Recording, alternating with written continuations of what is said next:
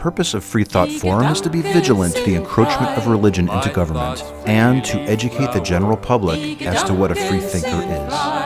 My thoughts give me power. No scholar can map them. No hunter can trap them. No person can deny.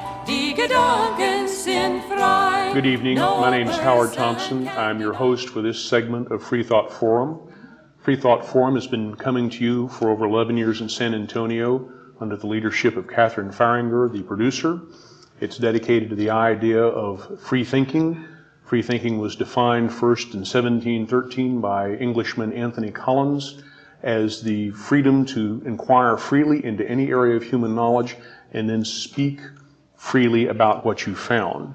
Over the years after that, free thinking became associated with irreligiousness because the area of free inquiry that bothered most people was when people started asking questions about religion and examining religion and freely speaking about what they found. Our guest today for our topic, Women in Religion, is Nazli Siddiqui. She is a Muslim locally in San Antonio. She's been quoted in the newspaper several times, and I will let Nazli tell us a little bit about herself and her background before we get on to our topic. And then our other guest is Sally Chizek. She's a member of the Freethinker Association of Central Texas, and Sally started off as a religionist, as I recall, and we will talk about that as we get going. Could you tell us a bit about yourself, Nazli? I've been a resident of San Antonio for the last 8 years now. I have been a freelance writer for quite some time and a professional resume writer for the last 6 years. I'm also involved in professional placements. And I coordinate the media coverage for the Muslim community. And that's an initiative that I've started on my own, and it's gone very well for the last 8 years. Well, we know in the United States that our culture has become much more diverse than it has been in the past, basically because we've found ways to make ourselves rich and attract a lot of other people, I think. Is there a very large Muslim community here in the San Antonio area? It all depends on what you think is large. I think we are a growing community. An estimate is that there are 5,000 or 6,000 Muslims in San Antonio area or greater San Antonio area, and the community is growing very fast. We have about 4 mosques. You do have 4 mosques established. And what was your birth country? How did you? I was born and raised, educated in Pakistan. Came to the United States in 1984. I lived in the East Coast for a few years and then moved to Texas. Well, we hope that you find Texas a nice country, even though we're probably not as green as a lot of Pakistan. Just out of curiosity, I ask you one question before we get to our topic of women in religion. Did it bother you that George Bush, our governor, didn't know whom the president of Pakistan was when he was asked some time back? It more than bothering, it surprised me, and I thought he would have done his homework because he's going to be a presidential contender, and that part of the world is important. It's an important region, and besides those four countries were in current affairs, very current. But I at the same time felt sorry for him, and I hope he has learned a lesson from it. I have great respect for him. Well, maybe when Bill Clinton gets back from his trip, we'll give him the notes. I hope so. Well, obviously, over the history of humanity and the history of religion, women have been involved in religion and played various roles in religion. Various religions have defined the role of women very differently. I'm not particularly familiar with the Muslims' religion's treatment of women, except I guess probably the more sensationalist kind of ideas that hit the news media, which we have all learned to take with a grain of salt and ask questions before we entirely believe it. But I know that I think I understand that the Muslim religion has very similar roots to the Jewish and Christian religion. That's exactly right. That you all trace back also to Abraham, and that some portions of what the Christian and Catholic and Jewish religions regard, or the Christian religions regard as the Old Testament, are regarded as holy books, at least to some degree, in the Muslim religion. And I can recall things like from the letters of Paul that talk about, well, Paul says contradictory things. I think this is one of the ones where he did contradict himself. But at one point, he talks about, women being silent in church and, not speaking up and asking their husbands when they get home what went on and what they should think. He doesn't quite put it that way, but that's sort of the way it came across to me. And I would ask you, how the Muslim religion, I guess, traditionally has regarded the place of women and the role of women and the potential authority of women, maybe in the past and contrasted to now, and if there are maybe different viewpoints within the Muslim religion about that. You've touched upon a lot of aspects in that question. Yes. It was a long question, and I will try to answer it in chronological order. Okay. Yes, Muslim religion has the same roots as Jewish and Christian religions, tracing back to Abraham and then tracing back to Adam and Eve. It has the basic monotheism, and we believe that all the prophets basically brought the same message, and the message kept adding and adding, and it kept on completing the picture till Prophet Muhammad brought the final message. And we think it's the same religion that has been interpreted differently by different people in different geographic regions and different nations. Your other part of the question was about the place of women in Islam. And you also mentioned about the sensationalism of the news. Yes. And that's a very painful area, Yes. and let me touch upon that area first. Sensationalism is something that we look upon when we're not looking upon the usual. Yes. So our ignorance leads us in that particular area, sensationalism, and we look up and notice sensationalism, but we don't know what the background is, and that's the problem. I feel there's a lot of ignorance in society about other religions and about other countries, about other nations, other peoples. And media, unfortunately, feeds ignorance into the minds of the people. We can discuss that aspect of it later, but let me say this. Coming back to the subject of role of women in Islam or position of women in Islam, I can very comfortably and confidently say that this is the first scripture that has traditionally assigned a lot of respect and a lot of position to women, in the sense that Islam has allowed women to inheritance, which I don't think other scriptures have talked about. The right of owning a business, right of doing a job. She wants to go out. She has the right over the property of her husband. She has a singular and a great position in home. She is the center of the family. As a mother, as a sister, as a wife, and as a daughter, she enjoys a lot of privileges. And the other testaments have been quiet about the inheritance of women, while Islam gives a lot of leverage to women. Well, I think it's a lot like the Christian religion and Mormonism. I've looked into that a little bit also. The religions I have looked at do give a role to women and do define a role for women, but very often what we find is that men and women have different roles, and there's at least traditional resistance to having women perform some of the same functions as the roles from the roles of the men before. For example, the Catholic Church, and I think Sally was a former Catholic, doesn't let women be priests, Can women fill all of the defined religious roles in the Muslim religion, or how does that work? The way it works is that, like every other religion, Islam has mentioned that woman was created with the prime responsibility of nourishment of children and family. And that is one role that must not be ignored, whatever else the woman is trying to do. And that has been stressed upon. The other thing is that there is, I would say, the law and the teaching of, I would say, segregation of sexes and genders, in the sense that there should not be promiscuity in society. Considering if you can carry on that kind of responsibility, there is no problem for you to go out and carry out other roles in society. Your question about being the leader in a religious concern, a woman is allowed to lead a women's congregation. She is allowed to teach. She's allowed to teach a group of men and women.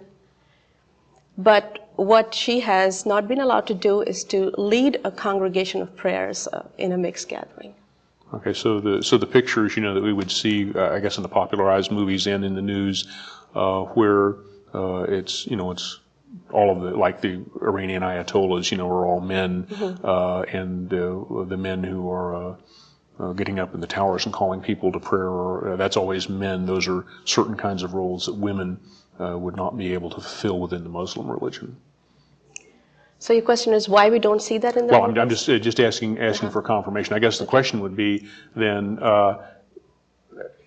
does this disturb any Muslim women? Do they feel like this might be wrong and that they might wish to change this at some point? I would like to say that if you're talking about the movies and the popular images that we see, those are not the true images.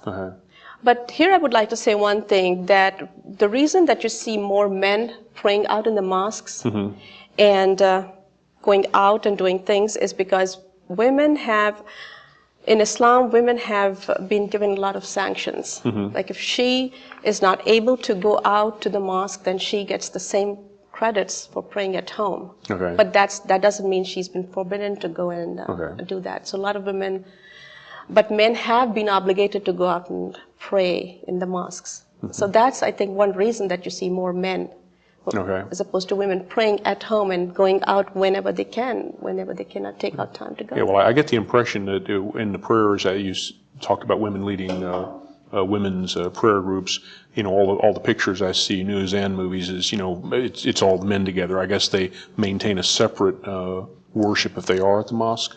Is that a in the times of Prophet Muhammad, there was no such separate rooms or separate areas of prayers.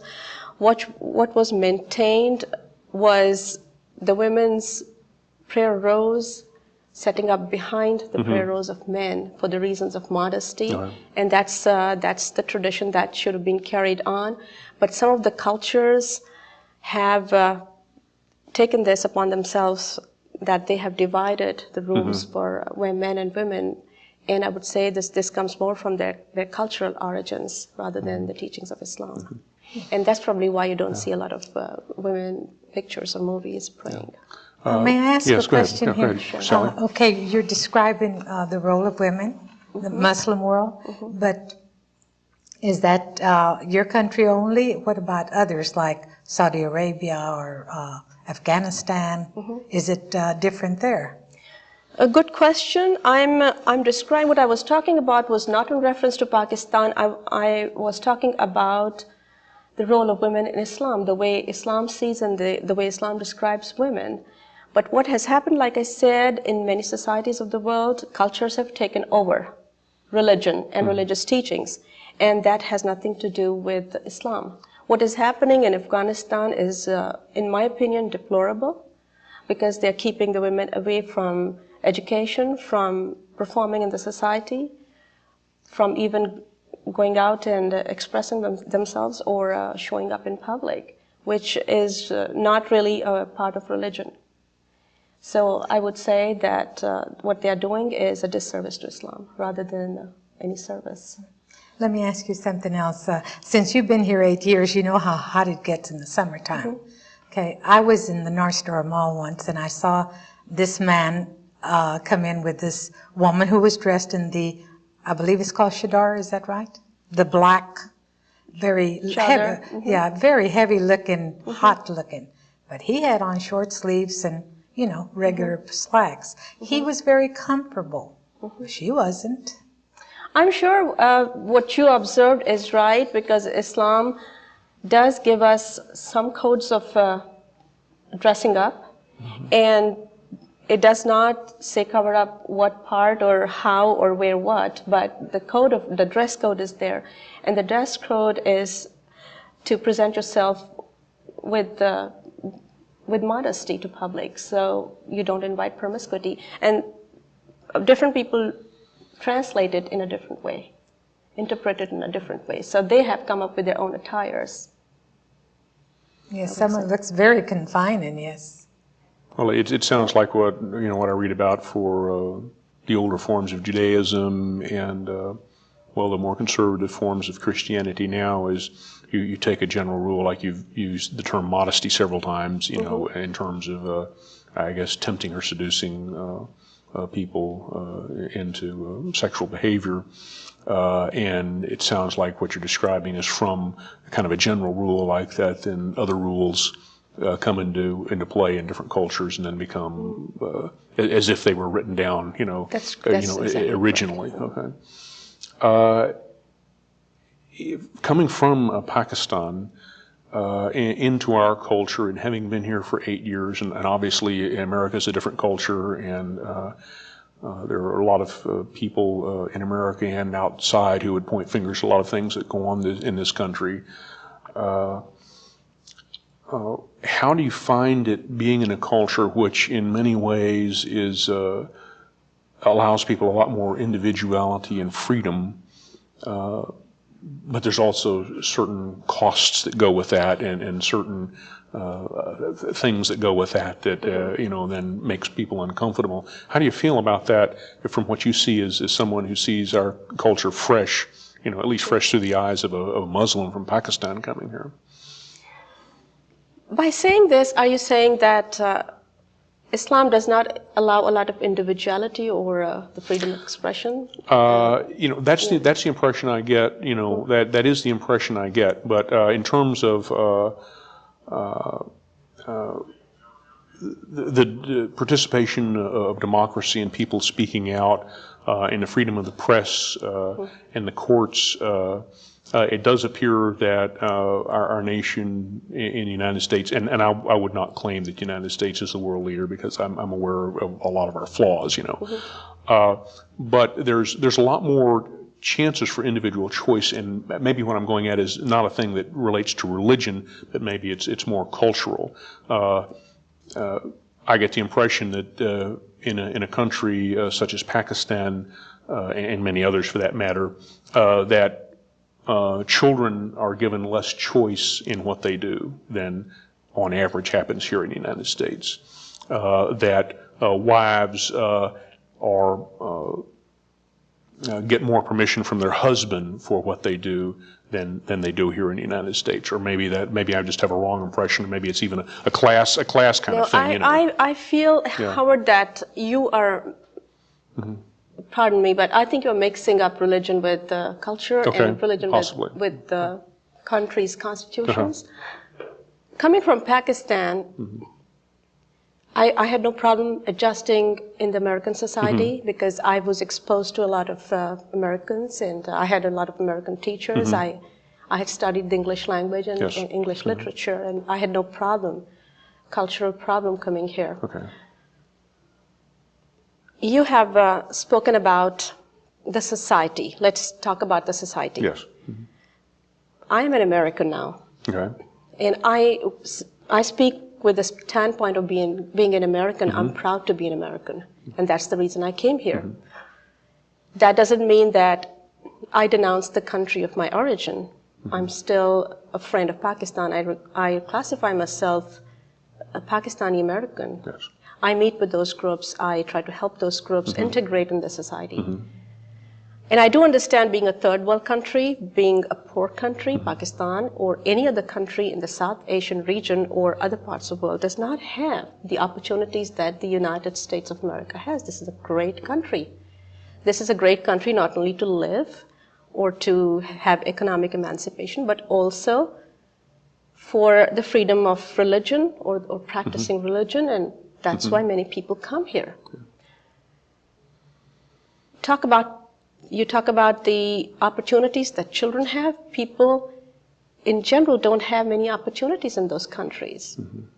That's why they go to other countries, and especially to the United States in search of opportunities. But that doesn't mean the people are any less bright or have any less aspirations, or given the opportunity, they will progress any less. In fact, people coming from India, Pakistan, Bangladesh, or African countries or any other countries have done very well in spite of the fact that they did not have the opportunities. And I think what can be attributed to is a value system that stands behind those societies in spite of the poverty and lack of opportunities. Speaking in terms of Pakistan in general, because you brought that up, I would say we've not been very fortunate in the sense that that country has not had a very good history with democracy. We had a checkered history, and that was reflected in President Clinton's recent tour to that area. And what has happened is there has been a lot of corruption that has taken roots in that society. That's why the military governments have to keep coming back to try to uproot that. And anyway, that has not worked very well, and that doesn't sit very well with me. But what is happening right now in Pakistan is inevitable. The inevitable has happened, and the military coup that happened, and I know you didn't even touch upon that subject, but it's all integrated. And that military coup was inevitable because I think the democratic institutions have not flourished.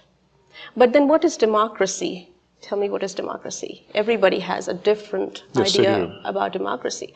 Democracy exists in different stages and in different forms and on different levels in different countries.